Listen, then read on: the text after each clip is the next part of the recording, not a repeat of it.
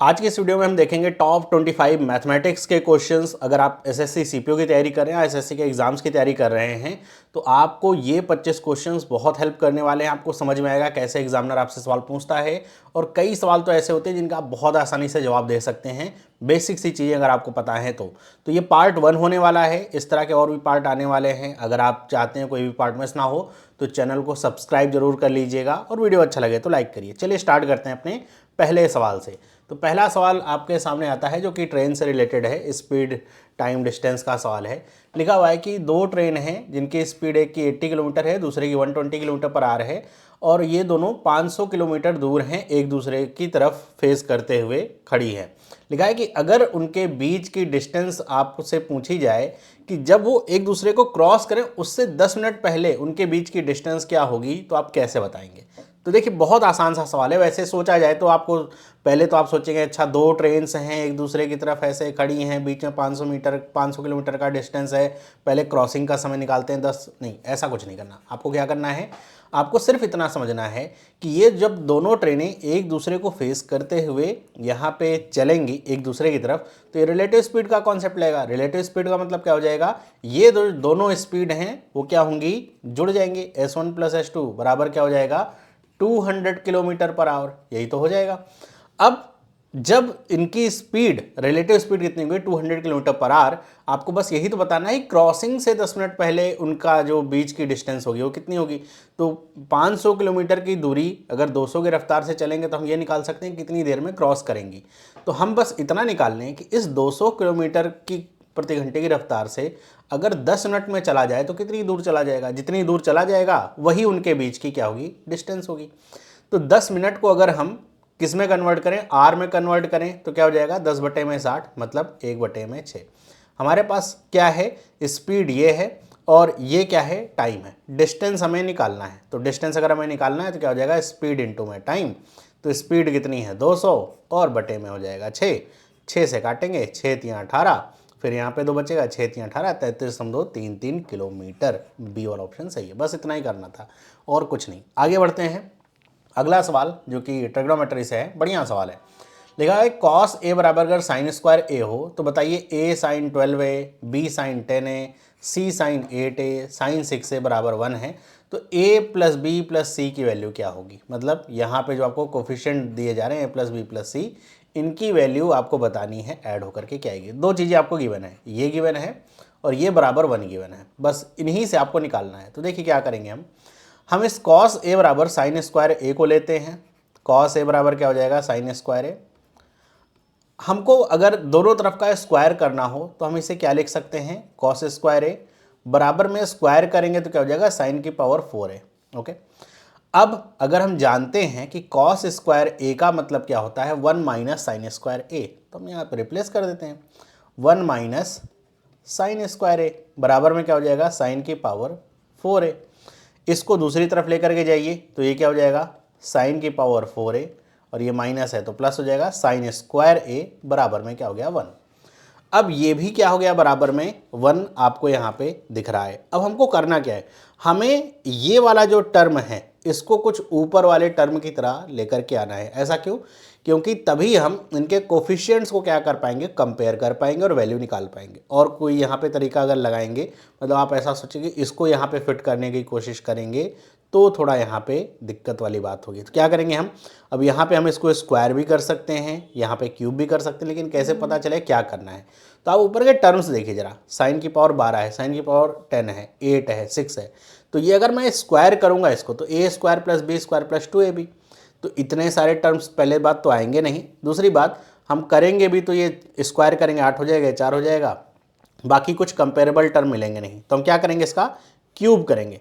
तो दोनों तरफ का कर देते हैं क्यूब, तो एक का क्यूब तो एक ही रहेगा। अब ये क्या होता है, a + b का होल क्यूब अगर आपको नहीं आता है मैं यहाँ पे लिख देता हूँ, a + b का होल क्यूब क्या होता है, a³ + b³ + 3a² b + 3ab², ये होता है a + b का होल क्यूब। तो a³ करेंगे अगर हम तो ये क्या हो जाएगा, sin की पावर 12a। ध्यान रखिएगा 4 का क्यूब करने का मतलब, अगर आपको आइडेंटिटीज याद हैं, जैसे a की पावर m और उसकी पावर n ऐसे है, तो a की पावर mn हो जाता है, मतलब इनका आपस में गुणा हो जाता है। प्लस में ये क्या हो जाएगा, साइन की पावर 6a, वही 2 3 जा 6, प्लस में ये क्या हो जाएगा 3a स्क्वायर, मतलब साइन की पावर 4 का स्क्वायर मतलब 8, और इनटू में b 3a स्क्वायर b, तो 8 में 2 का मल्टीप्लाई करेंगे तो क्या हो जाएगा 10, साइन की पावर 10a, प्लस में इसी तरह 3a b स्क्वायर करेंगे तो ये क्या हो जाएगा 4 4 और 4 8, तो क्या हो जाएगा साइन की पावर 8a, इतना आ गया और बराबर में क्या आ गया 1 आ गया। अब आपको पता है ये भी 1 है, ये भी 1 है, कंपेयर कर लीजिए चीज़ों को। तो यहाँ पे आप देखेंगे साइन की पावर 12 है और यहाँ पे क्या है a, और यहाँ पे साइन की पावर 12 है क्या है, कुछ नहीं है मतलब 1 है, तो a की वैल्यू कितनी आ गई 1। यहाँ पे हम देखेंगे साइन की पावर 10a है, इसके सामने है b, तो 10 के सामने साइन की पावर 10a के सामने कोफिशिएंट क्या है 3, तो मतलब b की वैल्यू कितनी है 3। इसी तरह साइन की पावर 8 है और इसके सामने क्या है c है, यहाँ पे भी देखेंगे तो c की वैल्यू भी कितनी आ गई 3 आ गई। तो हमें बस a b c की वैल्यू ही पता करनी थी, पता चल गई। अब आपको बताना है कि a plus B plus c कितना हो जाएगा, तब आप आसानी से बता सकते हैं प्लस बी प्लस सी कितना हो जाएगा 3 3 6 7। तो कौन सा ऑप्शन सही है इसका, डी वाला। अगला सवाल क्या लिखा हुआ है, the ratio of third proportional to 16 and 40 and the mean proportional between 10 and 40 is. ध्यान दीजिए क्वेश्चन क्या कह रहा है, आपसे कह रहा है कि जो 16 और 40 का थर्ड प्रोपोर्शनल है और 10 और 40 का जो मीन प्रोपोर्शनल है उनका आपस में रेशियो बताना है। कई बार क्वेश्चन ही गलत समझ लेते हैं और क्वेश्चन बहुत आसान होते हुए गलत हो जाता है। तो देखिए किसी भी नंबर का अगर हमें थर्ड प्रोपोर्शन निकालना होता है तो कैसे निकलता है, वो निकलता है बी स्क्वायर बाई ए से, जहाँ पे ए ये होगा बी ये होगा। इसी तरह अगर मीन प्रोपोर्शनल निकालना होता है तो कैसे निकलता है, अंडर रूट में ए इंटू बी, जहाँ पे ए होगा और ये बी होगा। तो निकाल लेते हैं, 40 का स्क्वायर करेंगे क्या आ जाएगा 1600 और बटे में ए 16 काटेंगे क्या हो जाएगा 100। इसी तरह इसको निकाल लेंगे, अंडर रूट में 10 गुणे में 40 मतलब 400 हो जाएगा, इसका मतलब क्या हो जाएगा 20। अब इनको आपस में आप डिवाइड करेंगे तो क्या हो जाएगा 5/1 का रेशियो आएगा, बी वाला ऑप्शन इसका करेक्ट होगा। अगला सवाल लिखा, due to fall in manpower the production in company decreases by 35%, by what percent should the working hours to be increase to restore the original production. अब ये आपको बस परसेंटेज का अगर आपको ज्ञान है तो बस उसी का सवाल है और कुछ नहीं। आप ऐसे देखिए कैसे करेंगे, हम मान लेंगे कि अगर शुरुआत में जो प्रोडक्शन है वो कितना है 100% है, लेकिन ये जो प्रोडक्शन है गिर जाता है, कितना गिर जाता है 35% से गिर करके 65% पे आ जाता है। हमसे क्या कहा जा रहा है कि हम कितना वर्किंग आवर बढ़ा देंगे फिर से जो प्रोडक्शन है वो 100% हो जाए। तो सोचिए 65 हमें कितना जोड़ना पड़ेगा कि ये आपका 100% हो जाए, आपका है वो 35, और ये जो 35% आप जोड़ोगे वो हिसाब किससे लगाओगे 65% से भाई। अब इसके अनुसार आपको चलना है ना, परसेंटेज का बेस अब क्या हो जाएगा 65%। तो अब क्या करेंगे 35 बटे में 65 और गुणे में 100, बस यही करना है। 5 से काटेंगे, 5 सते 35, ये कितनी बार चला जाएगा 13 बार, तो ये हो जाएगा 700 बटे में 13, कितनी बार जाएगा 13 पचे 65 होगा, यहाँ पे 5 बचेगा तो कितनी बार आप लेंगे 13 चौके 1 होगा नहीं, तो 13 तियाँ 39, 53 समथिंग %, जो कि डी वाला ऑप्शन आपको मिल रहा है। बस खत्म। अगला सवाल लिखा है, कोई आदमी है जो ये तो बहुत आसान सा एवरेज स्पीड का सवाल है, ए से बी तक जाता है 12 किलोमीटर से और फिर लौटता है 18 किलोमीटर से, तो बताइए एवरेज स्पीड उसकी क्या होगी जर्नी की। तो एवरेज स्पीड का अगर आपको फॉर्मूला पता है 2s1s2 अपॉन में s1 प्लस s2, बस यही लगा दीजिए। तो 2 गुणे में 12 गुणे में 18 बटे में 12 प्लस 18 कितना हो जाएगा 30। कैंसिलेशन करिए कितना आ जाएगा 15 आ जाएगा, 3 चौके 12, 3 पचे 15, 18 चौके 72 और बटे में 5 कितनी बार जाएगा। अब यहाँ पे ऑप्शन देखिए 14 से एक ऑप्शन आ रहा है बी वाला, तो 14 पंचे 70 होता है और ये क्या हो जाएगा 2/5। बी वाला ऑप्शन इसका क्या है करेक्ट है। अगला सवाल लिखा हुआ है कि रवि 16 रुपये पर केजी के हिसाब से नमक खरीदता है जिसको 18 रुपये में वो बेचता है। ओके, लिखा है कि लेकिन वो बेचते हुए क्या कर रहा है कि यहाँ पे कुछ बेईमानी कर रहा है कि वो 900 ग्राम जो नमक है वही दे रहा है लेकिन पैसा ले रहा है 1000 ग्राम का, मतलब 1 किलो तौल कह रहा है कि तौल रहा हूँ लेकिन 900 ग्राम ही तौल रहा है लेकिन पैसा 1 किलो का ले रहा है। तो बताइए रवि का टोटल प्रॉफिट परसेंटेज कितना होगा। तो इसके लिए मैंने पहले ही बता रखा है, आप लोगों ने अगर नहीं देखे हैं प्रॉफिट एंड लॉस देख सकते हैं आप, स्टडी स्मार्ट की आपको प्लेलिस्ट में मिल जाएगा। कि जब भी इस तरह का केस होता है तो आपको बस ये देखना है, ऐसे बटे का साइन लगाइए, ऊपर आपको सारी वैल्यूज़ लिखनी है जो कि दुकानदार के पॉकेट में आ रहा है, मतलब जो पैसा आ रहा है, और नीचे वो सारी वैल्यू लिखनी है जो जा रहा है, जो आ रहा है और जो जा रहा है, मतलब कितना दुकानदार के पॉकेट से जा रहा है। तो जैसे समझिए कि रवि 16 रुपये पर केजी से नमक खरीदता है और 18 रुपये में बेचता है। तो 18 रुपये में बेचेगा तो पॉकेट में कितना आएगा, 18 रुपये, और 16 रुपये में खरीदेगा तो 16 रुपये जाएगा पॉकेट से। इनटू में यहाँ पर भी वही सेम काम कि 1000 ग्राम का पैसा लेगा तो पॉकेट में कितना पैसा आएगा, 1000 ग्राम का, और 900 ग्राम ही तौलेगा तो पॉकेट से जाएगा कितना, 900 ग्राम। बस इतना ही करना है, 0 से 0 काट लीजिए, 9 दूनी 18 हो गया, 2 से काटेंगे इसे तो ये कितना हो जाएगा, 8 बार, 2 पंचे 10 और 2 चौके 8, कितना गया, 5/4। 5/4 का मतलब आपको पता है कि ऊपर वाला क्या होता है, सेलिंग प्राइस, और नीचे वाला क्या होता है, कॉस्ट प्राइस। तो 5/4 का मतलब हो जाएगा 25% का प्रॉफिट। नहीं समझ में आ रहा, इसका डिफरेंस कितना है, 1 है, 1/4 कितना होगा, 25% का प्रॉफिट। बस यही करना होता है। आगे बढ़ते हैं, अगला सवाल। ये सवाल बढ़िया है। अब इस तरह के सवाल भी एग्जाम में अगर पूछे जाते हैं तो थोड़ा सा ध्यान देना पड़ता है ऑप्शंस में। इसमें क्या ऑप्शंस आपको दिए गए हैं, लिखा गया है कि एक सुपरमार्केट है जो कि ऑफर कर रहा है 3 तरह के डिस्काउंट, मतलब 3 तरह के स्कीम ऑफर कर रहा है। अब आपके ऊपर चूज करने को छोड़ दिया है कि आप जिस स्कीम के तहत चाहें उससे आप डिस्काउंट ले सकते हैं। तो यहाँ पे बताना है कस्टमर के लिए सबसे बेटर ऑफर इसमें कौन सा है। तो पहली स्कीम क्या है, इसमें 2 सक्सेसिव डिस्काउंट मिल रहे हैं, 25% और 15% के। तो हम सबसे पहले निकाल लें कि टोटल डिस्काउंट आखिर कस्टमर को पड़ेगा कितना। सक्सेसिव का मतलब समझते हैं कि मान लीजिए अगर कोई वस्तु 100 रुपये की है तो पहले उस पर 25% का डिस्काउंट मिलेगा और जो फिर अमाउंट बचेगा उस पर 15% का डिस्काउंट मिलेगा। इसको कहते हैं सक्सेसिव डिस्काउंट। ओके, ऐसा नहीं कि 15 और 25 जोड़ करके 40 बना दिए, तब तो कहेंगे 40-40 दोनों हो गए, तो 1 और 2 में से कोई भी ले लीजिए, क्योंकि थर्ड वाला तो एक सिंगल डिस्काउंट है 38% का। तो हमें इनका सिंगल डिस्काउंट बनाना पड़ेगा। तो इसका अगर हम सिंगल डिस्काउंट बनाएंगे, फॉर्मूला क्या होता है सक्सेसिव का, आपको पता होगा, A + B माइनस में AB/100। ओके, अब इसी के अनुसार अगर हम चलें तो ये क्या हो जाएगा, 25 और 15 कितना हो जाएगा, 40। 40 में 25 × 15 अगर हम ऐसे निकालेंगे तो 25 × 15 और बटे में 100 है, 25 चौके 100 और 4 से काटेंगे 3.75 हो जाएगा। तो 40 में से 3.75 अगर हम घटाएंगे तो 36.75 ये वैल्यू आएगी। ओके, 36.25 वैल्यू ये प्राप्त होगी। ओके, तो अगर ये हमें समझ में आ गया कि 36% के आसपास है तो हम ये तो जान जाएंगे कि फर्स्ट वाला ऑप्शन तो नहीं होगा, थर्ड वाला उससे ज़्यादा अच्छा ऑप्शन है 38% का। अच्छा, सक्सेसिव डिस्काउंट ऑफ 35% एंड 5%, ये भी इसी तरह 40 तो हो ही जाएगा, माइनस में 35 गुणे में 5 और बटे में 100, 5 से काटेंगे 20 बार कटेगा, और अगर हम इसे 20 से काटेंगे तो 20 × 20 होगा, पॉइंट लगाएंगे कितना बचेगा, 15 बचेगा, 20 सत्ते 20 पंचे 1.75। तो 40 में से अगर हम 1.75 घटाएंगे तो ये वैल्यू हमें 38.25% के आसपास की मिलेगी, जो कि हमें क्या समझ में आ रहा है कि थर्ड वाले डिस्काउंट से ज़्यादा अच्छा डिस्काउंट है। तो इसका सही जवाब क्या होगा, फर्स्ट वाला, थर्ड वाला भी नहीं होगा। तो only 2 is the correct answer, कि अगर हम ये डिस्काउंट परसेंटेज कस्टमर को आएंगे चूज़ करने के लिए, सबसे ज़्यादा डिस्काउंट उसे मिलेगा। इसमें 36% का ही डिस्काउंट है समथिंग, इसमें 38% का, और इसमें 38.25 का है। अगला सवाल है टाइम स्पीड डिस्टेंस का, कि कह रहा है ये स्पीड है ए और बी की किस रेशियो में, 3:5 में। ए अगर 30 मिनट ज़्यादा लेता है बी से डेस्टिनेशन पे पहुंचने में, तो बताइए इन how much time does a reach the destination. अब यहाँ पे एक चीज़ आप समझ के चलिए कि ए और बी की स्पीड आपको दे दी गई है और ये बता दिया गया कि ए को 30 मिनट ज़्यादा समय लग रहा है, A takes 30 minutes more than B to reach the destination. तो आपको बताना है कि in how much time A reach the, total कितने समय में ए पहुंचा है।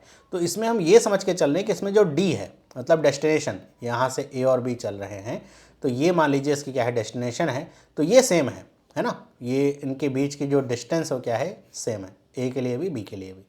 तो जब डिस्टेंस सेम होती है तो हमको पता है कि स्पीड का जो रेशियो होता है वो कैसा होता है, टाइम के रेशियो का इन्वर्स होता है। ये बात सबको पता होनी चाहिए, अगर आपने पढ़ रखा है मैथमेटिक्स, तो नहीं पता है तो पढ़ लीजिए।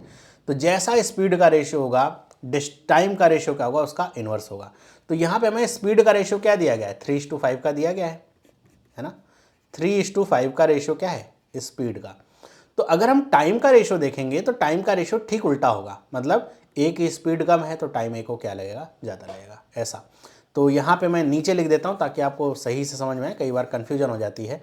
स्पीड का रेशियो क्या है, 3:5 है, लेकिन टाइम का रेशियो क्या होगा, इनका अपोजिट होगा, ये कुछ ऐसा होगा।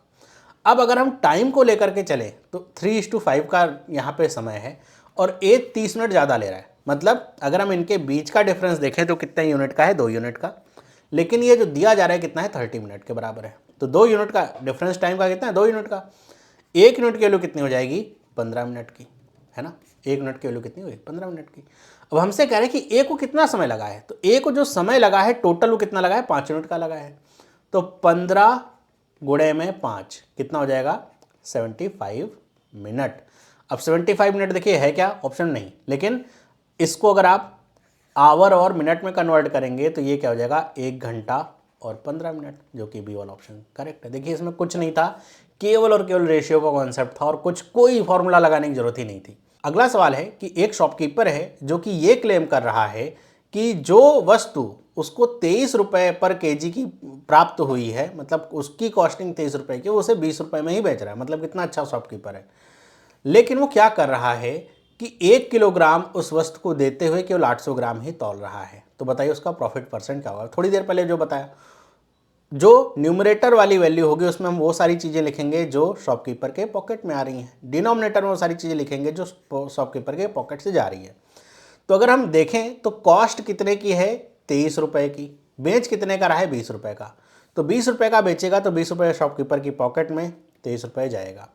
फिर यहाँ पे देखेंगे तो यहाँ पे उल्टा हो रहा है काम कि शॉपकीपर की पॉकेट में 1 किलोग्राम का पैसा आ रहा है, लेकिन पॉकेट से जा केवल 800 ग्राम का पैसा आ रहा है।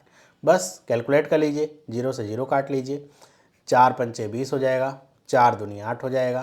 तो ये कितना बन गया आपके सामने, तो 50 बटे में 46, ये वैल्यू आपको प्राप्त हो गई, 50 बटे में 46। या फिर चाहें तो 50 बटे में 46 भी क्या लिखेंगे, इसे हम 25 बटे में 23 लिख सकते ना, काट करके 25 बटे में 23। तो कितने का प्रॉफिट है, 2 का प्रॉफिट है, कितने पे, 23 पे। तो 2 बटे 23 का प्रॉफिट है। और आप अगर परसेंटेज में निकालना चाहें तो परसेंटेज में भी निकाल सकते हैं। तो आप इसे 200 बटे में 23 ऐसे करके डिवाइड भी कर सकते हैं। कितनी बार जाएगा ये, 23 में अगर हम यहाँ पे 8 बार जा ही रहा है, 8 बार अगर हम लेकर के जाएंगे तो कितना हो जाएगा, तो हो जाएगा 184, 8 टाइम्स में, तो बचेगा कितना, 16। तो इसका सही जवाब क्या हो जाएगा, 8:16/23। ए वाला ऑप्शन इसका करेक्ट होगा।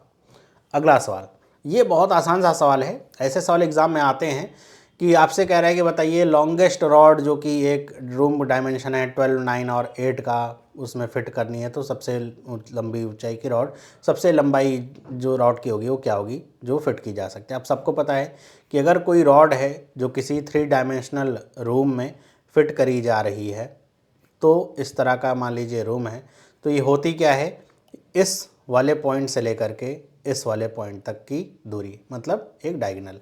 तो अगर हम इसमें देखेंगे तो क्या इसका फॉर्मूला होता है, फॉर्मूला सिंपल सा है कि आप तीनों का स्क्वायर करके अंडर रूट निकाल लीजिए, यही आ जाएगी सबसे बड़ी रॉड। तो ये कितना हो जाएगा, 144 प्लस में 81 प्लस में 64 और ये हो जाएगा अंडर रूट। कितना हो जाएगा, ऐड करेंगे तो इसमें अगर हम ऐड करेंगे तो ये हो जाएगा 4 4 8 1 9 और ये क्या हो जाएगा 8 6 14 14 4 18 और ये हो जाएगा 289, मतलब क्या हो जाएगा 17। तो 17 मीटर की रॉड यहाँ पे आएगी। अगला सवाल, अब ये सवाल बहुत अच्छा सवाल है, ध्यान से देखिएगा। लिखा गया है कि एक 9 डिजिट का नंबर है और नंबर आपको यहाँ पे लिखा गया है। इसमें आप देखेंगे यहाँ पे x है और यहाँ पे y है, मतलब ये मिसिंग टर्म्स हैं। ये 88 से डिविजिबल है, 88 से डिविजिबल है। What is the value of x square plus Y square for the smallest value of y given that x and y are natural number. x और y नेचुरल नंबर है, मतलब point वगैरह में नहीं हो सकते। तो हमको बताना है x square plus Y square की वैल्यू क्या होगी और यहाँ पे हमें y की स्मॉलेस्ट वैल्यू लेनी है। ओके, तो चलिए करते हैं। तो नंबर हमारे सामने है 97x4562y8 और ये डिविजिबल किससे है, 88 से। जब कोई नंबर 88 से डिविजिबल है तो अगर हम इसको फैक्टर करें तो मतलब ये 8 से डिविजिबल होगा और 11 से डिविजिबल होगा, सिंपल सी बात है। तो 8 से डिविजिबल होगा या फिर और 11 से डिविजिबल होगा तभी 88 से डिविजिबल होगा। तो अगर हम y की वैल्यू निकालने चलते हैं और हमको अगर डिविजिबिलिटी लगानी है 8 की, तो कोई भी नंबर 8 से डिविजिबल तब होता है जब उसकी पीछे से जो 3 डिजिट हैं 8 से डिविजिबल हो। मतलब हम ये देखेंगे कि 2y8 ये 8 से डिविजिबल कब है, y की किस वैल्यू पे। और हमें लेनी क्या है, स्मॉलेस्ट वैल्यू। बहुत सारी वैल्यूज़ रखी जा सकती हैं लेकिन सबसे छोटी वैल्यू। तो हम अगर देखें यहाँ पे 218 कर दें तो क्या 8 से डिविजिबल होगा क्या? नहीं। आप काट लीजिए, मान लीजिए आपने 218 किया, 8 से डिविजिबल करिए तो कितना हो जाएगा, 8 दूनी 16 हो जाएगा। फिर कितना हो जाएगा यहाँ पे, 8 सते 56 होगा, मिसिंग वैल्यू है, नहीं होगा। इसी तरह आप 2 रखेंगे तो भी नहीं हो पाएगा, 3 रखेंगे तो भी नहीं होगा, लेकिन 4 रख देंगे तो हो जाएगा। 8 3 24, 8 1 8। तो इससे छोटी और कोई वैल्यू मिलेगी नहीं। तो मतलब y की वैल्यू हमें क्या मिल गई, 4। ओके, अब x की वैल्यू निकालनी है इसी तरह। अब ये जो पूरा नंबर है, जैसे हमने ये तो समझ लिया कि y की 4 वाली वैल्यू पे ये पूरा नंबर 8 से डिविजिबल हो जाएगा, लेकिन अब ये कौन सी x की वैल्यू पे ये पूरा नंबर 11 से डिविजिबल होगा, जब y की वैल्यू 4 है, वो निकाल लेते हैं।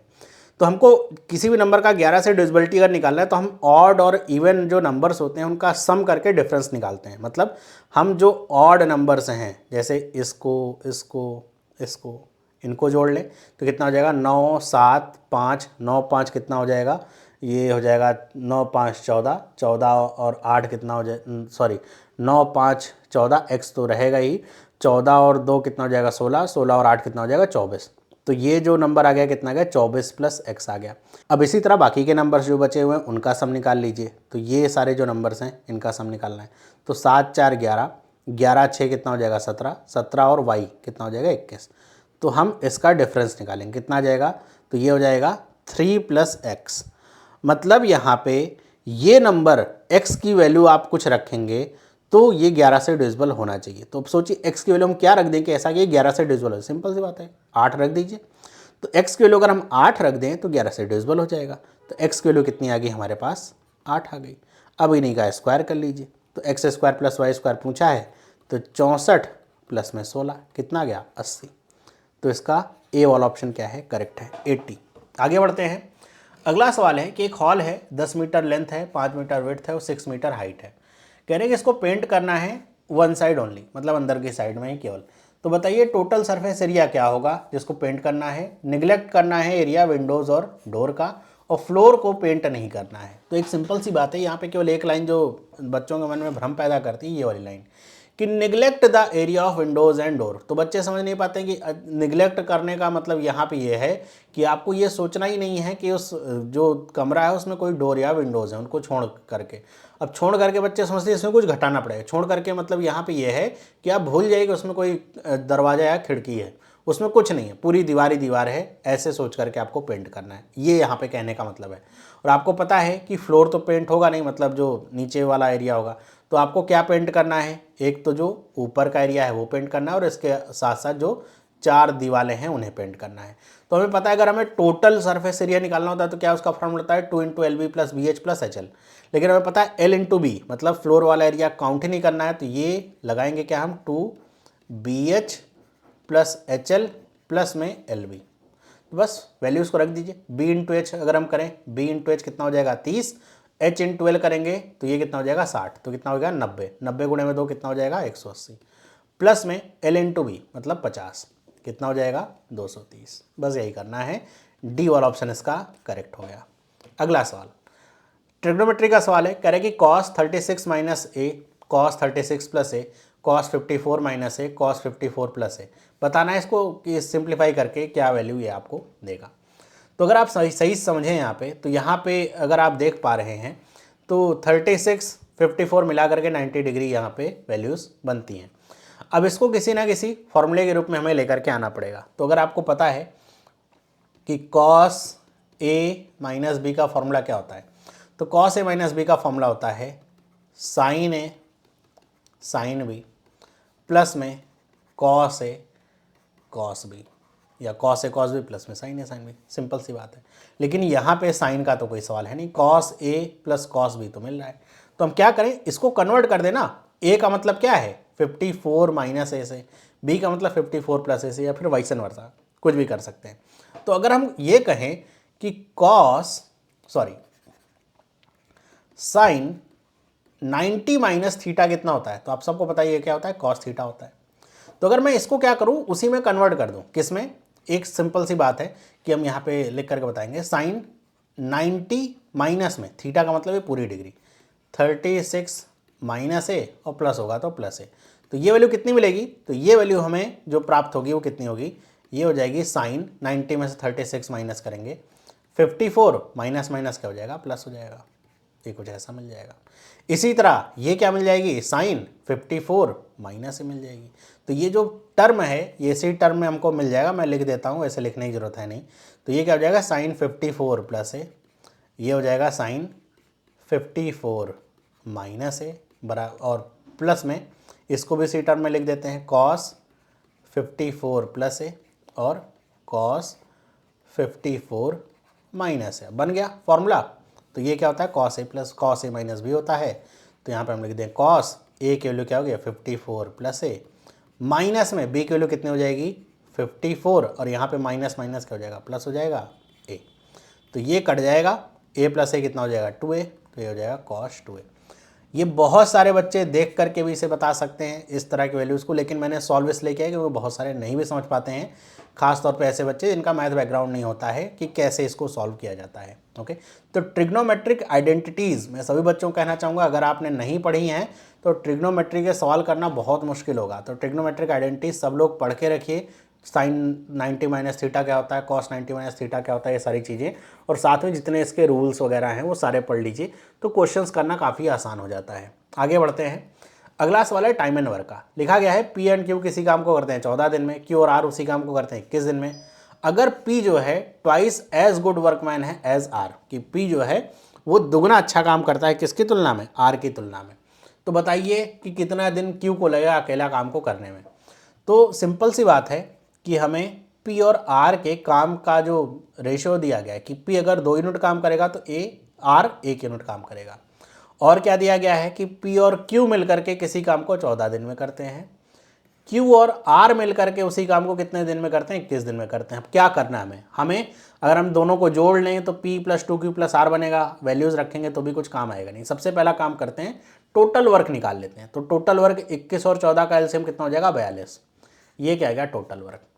इतनी बात सबको समझ में आ रही। अब हमें पता है कि P कितना काम करता है 2 यूनिट का, R की तुलना में R अगर करता है 1 यूनिट का, है ना, तो P कितना काम करेगा 2 यूनिट का काम करेगा। तो अगर मैं ऐसे सोचूं, क्या सोचूं कि अगर P और Q मिलकर के 14 दिन तक काम कर रहा हूँ, P 2 यूनिट का काम कर रहा है, तो 14 दिन में P कितना काम कर लेगा, तो हम कहेंगे 14 गुणे में 2 28 यूनिट का काम कर लेगा।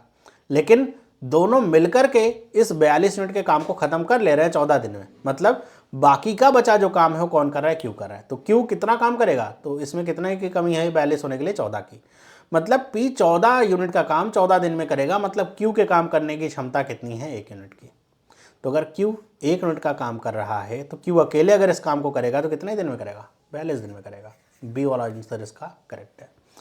अगला सवाल लिखा है राजकुमार डिसाइड करता है अपनी घड़ी बेचने के लिए और 5% का डिस्काउंट रखता है, मतलब जितना उसने उसकी मार्केट वैल्यू रखी है उस पर 5% डिस्काउंट दे रहा है, लेकिन उसका भाई ही उससे वो घड़ी खरीद लेता है, लेकिन भाई है तो भाई 8% ज़्यादा डिस्काउंट, मतलब 8% डिस्काउंट मिला, 5% की तुलना में 3% ज़्यादा डिस्काउंट है। ऐसा करके जो राज है उसको 45 रुपये का नुकसान हुआ, किसमें, इन प्रॉफिट में नुकसान हुआ, है ना। तो बताइए कि घड़ी का जो मार्केट प्राइस है वो कितना है। तो कैसे करेंगे, सिंपल सी बात है, आपको 2 परसेंटेज दिए गए हैं और उससे होने वाला नुकसान दिया गया है कि अगर, अब एक चीज़ यहाँ पे और, कि जब हम डिस्काउंट की बात करते हैं तो आपको पता है डिस्काउंट किस पे कैलकुलेट होता है, डिस्काउंट कैलकुलेट होता है मार्क प्राइस पे, मतलब डिस्काउंट का जो भी परसेंट आएगा उसका अगर हम 100% निकालेंगे तो वैल्यू क्या निकलेगी, मार्क प्राइस निकलेगी। इसी तरह अगर ये क्या होता, प्रॉफिट या लॉस होता, तो वो किस पे कैलकुलेट होता है, कॉस्ट प्राइस पे, तो वो क्या आता, कॉस्ट प्राइस आता। तो अगर हम यहाँ पे कह रहे हैं कि 5% का पहले डिस्काउंट है लेकिन बाद में 8% का डिस्काउंट दिया, तो टोटल जो कमी आई परसेंटेज वाइज डिस्काउंट में कितने की है, 3% की, लेकिन ये जो 3% है किसके बराबर है, 45 रुपये के बराबर है। भाई 45 रुपये का नुकसान प्रॉफिट में हुआ कि 3% में बेचता, 5% डिस्काउंट देता तो 45 रुपये ज़्यादा मिलते, लेकिन 8 में दिया 45 रुपये प्रॉफिट में कम मिले हैं। तो 3% की वैल्यू कितनी है 45%, 1% की वैल्यू कितनी हो जाएगी 15 रुपये, 100% वैल्यू कितनी हो जाएगी 1500।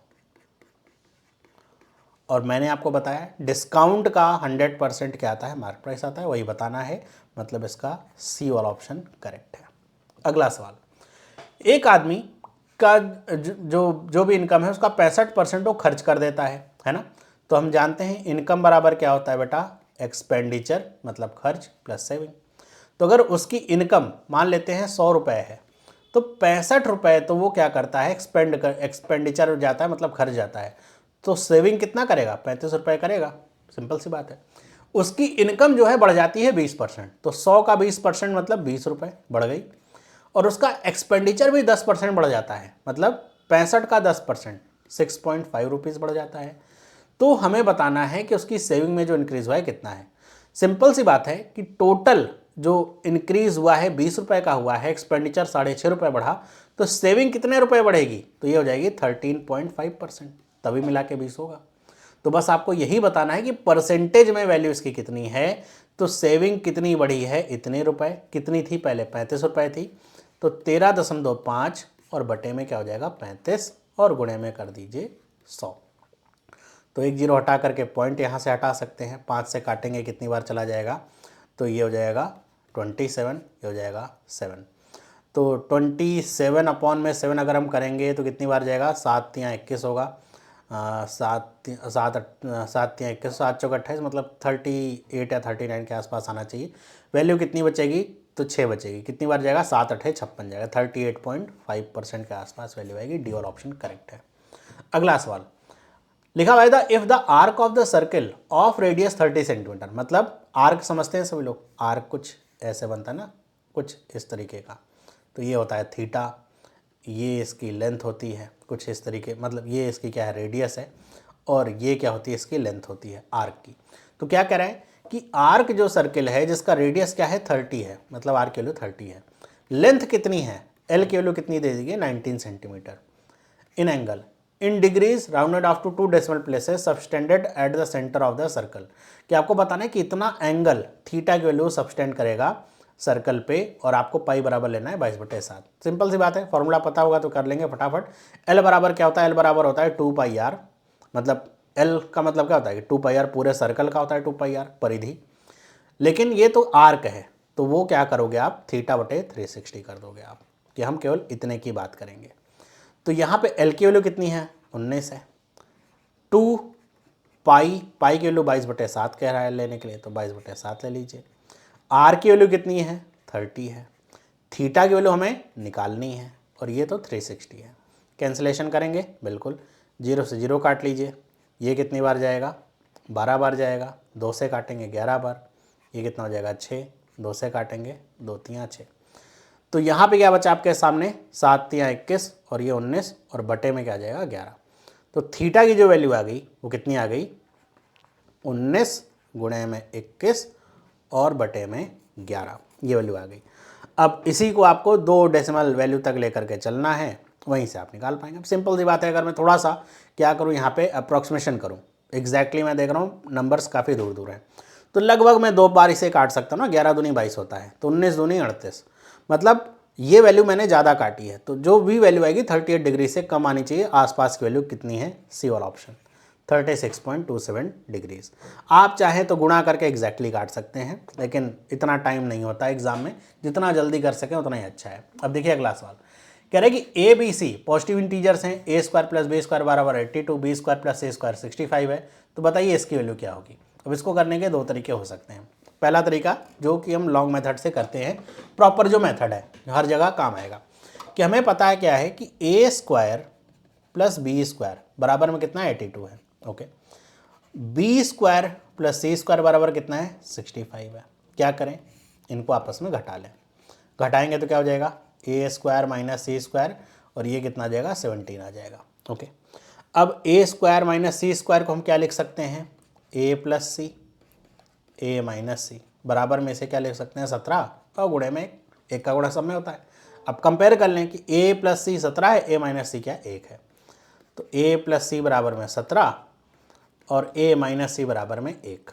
तो हम ये भी निकाल सकते हैं कि a की वैल्यू कितनी है घटा करके, है ना, सॉरी जोड़ करके, तो ये कितना हो जाएगा 18।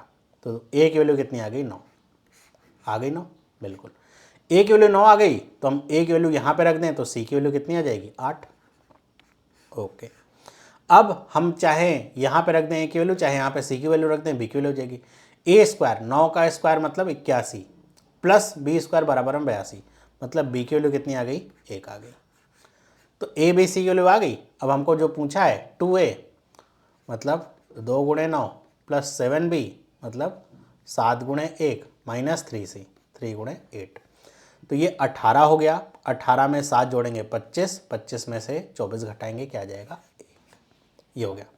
दूसरा तरीका इसका क्या था, आपको सिंपल सी चीज़ है कि बस वैल्यूज़ को सोच लेना, इतना करने की जरूरत नहीं। ए स्क्वायर प्लस बी स्क्वायर बराबर में 82 है और बी स्क्वायर प्लस सी स्क्वायर बराबर में क्या है 64 है। अब सोचिए ये 82 है, दो नंबर हमें ऐसे लेने हैं पॉजिटिव इंटीजर्स हैं कि जिनको स्क्वायर कर दें तो 82 आ जाए। अब हम अगर नंबर कोई भी सोचें ऐसा, और यहाँ पर बी स्क्वायर क्या है हमारा कॉमन है, तो जो भी बी की वैल्यू हम कॉमन लेंगे यहाँ पे आनी चाहिए, सॉरी ये 65 है। तो कैसे करेंगे, अब हम सोचें कि ए की वैल्यू हम 1 रख दें, बी की वैल्यू 9 रख दें, हो सकता है ठीक। 9 रखेंगे तो नीचे 9 रखेंगे तो 9 9 81 कम वैल्यू है, ऐसा हो ही नहीं सकता। तो ऐसे ही अगर आप सोचें कि ये क्या है 81 से 1 ज़्यादा है और ये क्या है 65 64 से 1 ज़्यादा है, मतलब यहाँ पर जो भी वैल्यू आ रही है ये 9 का स्क्वायर है प्लस 1 का स्क्वायर 82 हुआ, ये 8 का स्क्वायर प्लस 1 का स्क्वायर 65 हुआ। तो ऐसे हम ए की वैल्यू को 9, बी की वैल्यू को 1 और सी की वैल्यू को 8 ले सकते हैं, लेकिन सोचना पड़ेगा इसको। और ऐसा कर लेंगे तो काफ़ी समय बचेगा, लेकिन ये भी तरीका पता होना चाहिए, कई बार नहीं फिट बैठ पाता है इतना दिमाग में, तो आपको पता होना चाहिए कैसे करना है। अगला सवाल रेस का। एक 1200 मीटर की रेस है जिसमें राम जो है श्याम को 200 मीटर से बीट कर देता है और बाई 20 सेकेंड, मतलब या तो 200 मीटर से या तो 20 सेकेंड से। तो क्या होनी चाहिए राम की स्पीड। ये सवाल बहुत सारे बच्चे गलत करते हैं जल्दबाजी में। ऐसा समझिए कि ये टोटल डिस्टेंस कितनी है 1200 मीटर है, ओके टोटल डिस्टेंस। अब इसके कहने का मतलब ये है कि राम मान लीजिए डेस्टिनेशन है, राम यहाँ पे पहुँच गया, लेकिन श्याम क्या है यहाँ पे है, जो कितनी दूरी पे है 200 मीटर की दूरी पे है, ओके, या फिर 20 सेकंड पीछे है। अब बच्चे समझते हैं अच्छा ये तो बड़ा आसान है कि 200 मीटर तय करने में 20 सेकंड लग रहे हैं, मतलब 10 सेकंड 10 मीटर पर सेकंड। ए वाले ऑप्शन को टिक किया हो गया बड़े, गलत है। समझिए 200 मीटर श्याम पीछे है या फिर 20 सेकंड से, 20 सेकंड का मतलब श्याम को 200 मीटर तय करने में 20 सेकंड लगेंगे बेटा, राम को नहीं लगेंगे 20 सेकंड। श्याम या तो 200 मीटर पीछे है तो 20 सेकंड पीछे है, तो श्याम की ये टाइम है, राम की नहीं टाइम है। तो सिंपल सी चीज़ आपको बस समझनी है कि अगर हम निकालें तो श्याम की जो स्पीड है वो कितनी आ जाएगी 200 बटे में 20 10 मीटर पर सेकंड।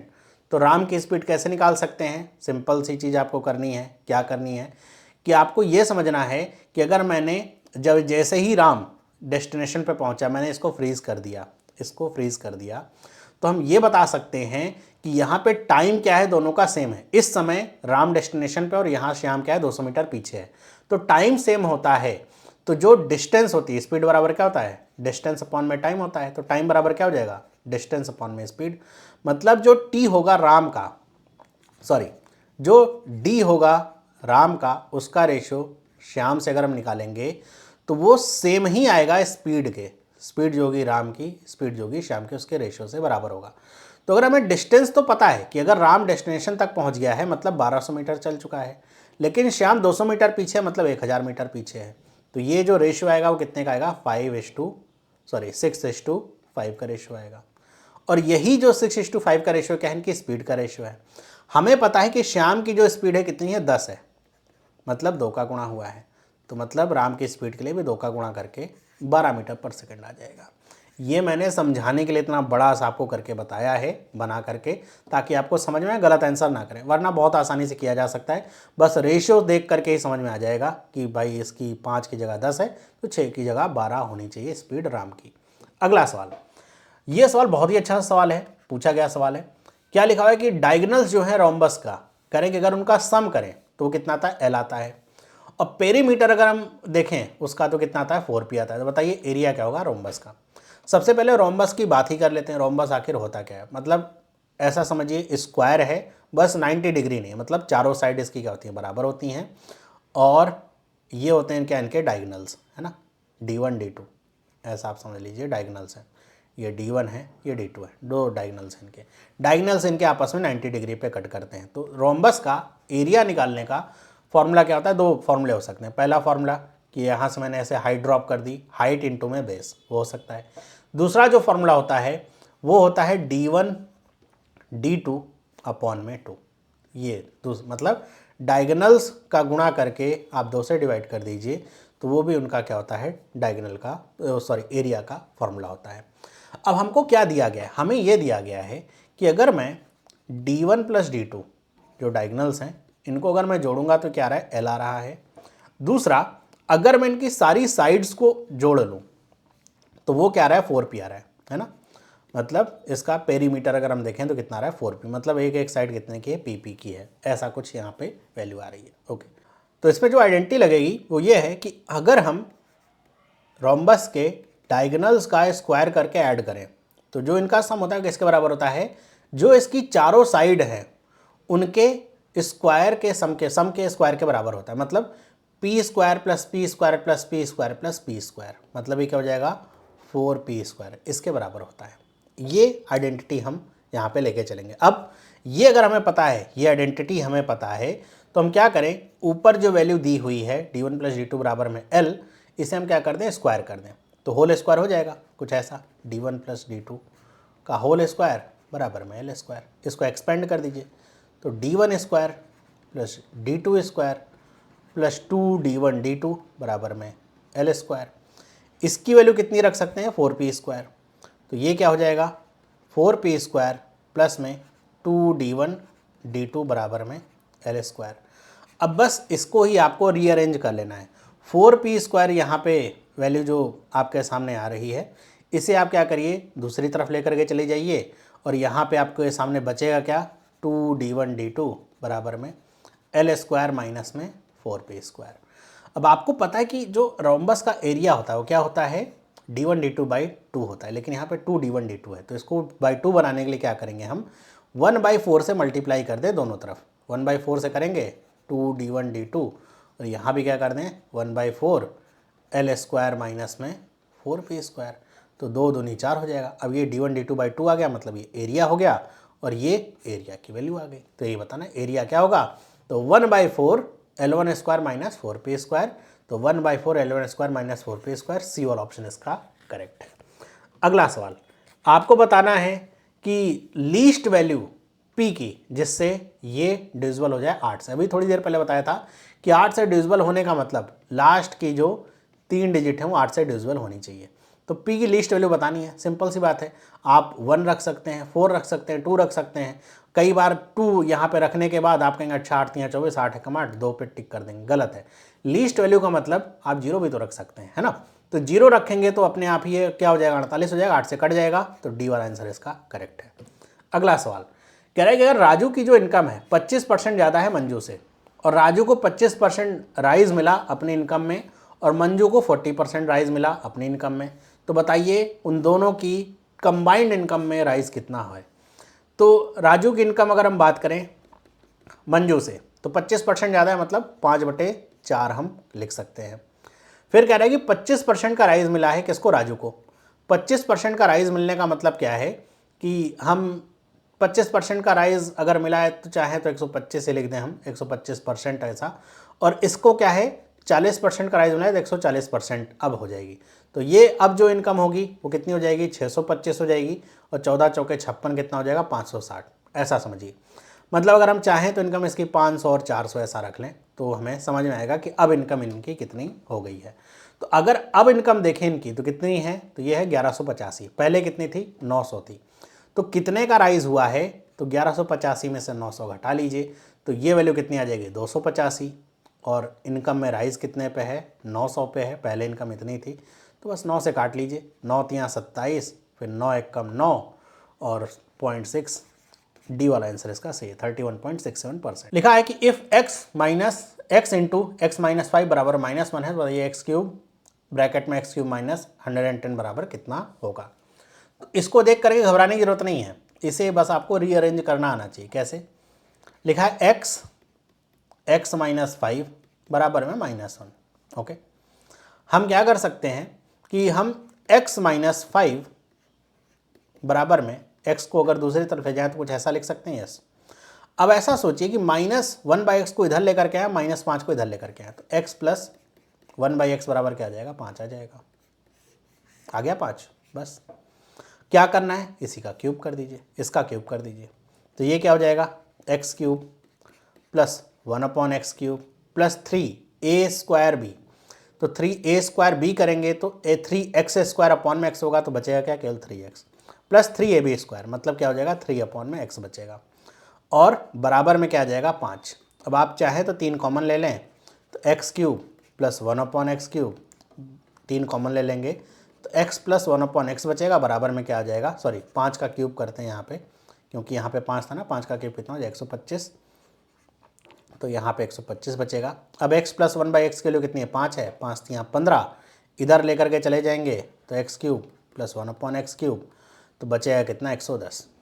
अब आपको क्या करना है, अब आपको ज़्यादा कुछ खास नहीं करना है, फिर से जैसे यहाँ पे हमने इसको रीअरेंज किया था, अब वापस से वैसे ही आप इसको रीअरेंज कर लीजिए, और कुछ यहाँ पे खास करने की ज़रूरत नहीं। मतलब x³ को हम इधर लेकर के चले आएंगे, या फिर 110 को इधर लेकर के चले आएँ, ये इधर आ जाएगा, तो कितना हो जाएगा x³ माइनस में 110 और बराबर में माइनस में 1/x³। अब x³ का गुणा इधर कर लीजिए, तो x³ माइनस में 110 बराबर में हो गया -1।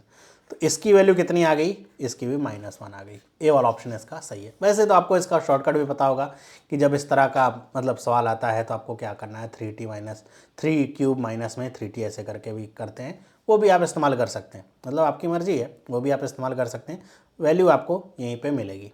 अगला सवाल लिखा गया है कि इन ट्रायंगल ABC अगर AB बराबर AC है, मतलब ये दोनों जो साइड्स हैं वो क्या हैं, बराबर हैं, ये दोनों साइड्स क्या हैं, बराबर हैं, और ACD ये वाला एंगल कितना है, 125 डिग्री है, तो बताइए BAC ये कितना होगा। सिंपल सी बात है, ये 125 डिग्री है तो ये कितना होगा बेटा, तो ये हो जाएगा यहाँ पे 5 जोड़ेंगे 55 डिग्री हो जाएगा। हमको पता है कि अगर साइड बराबर है तो एंगल भी क्या होगा, बराबर ही होगा, तो 55 डिग्री टोटल मिला के 180 डिग्री होना चाहिए, तो 110 हो जाएगा, ये क्या बचेगा 70, मतलब सी वाला ऑप्शन करेक्ट है।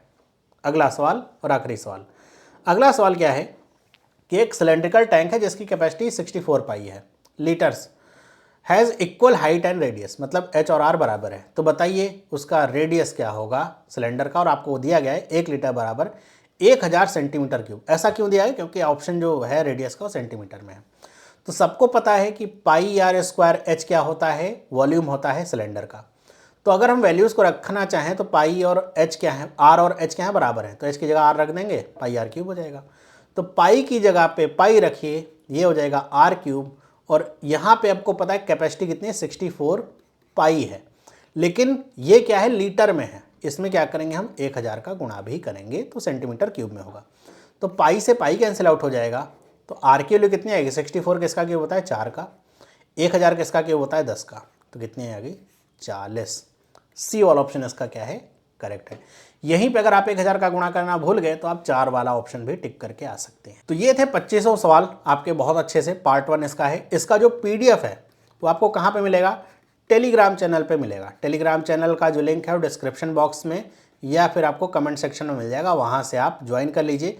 टेलीग्राम चैनल पे ही इसका PDF मैं अपलोड कर दूँगा, वहाँ से आप डाउनलोड कर सकते हैं सोल्यूशन के साथ। तो वीडियो अगर अच्छी लगी तो वीडियो को लाइक करिए, अपने दोस्तों के साथ भी शेयर करिए, और सारी वीडियोस पाने के लिए चैनल को सब्सक्राइब कर लीजिए। मिलते हैं अगले वीडियो में।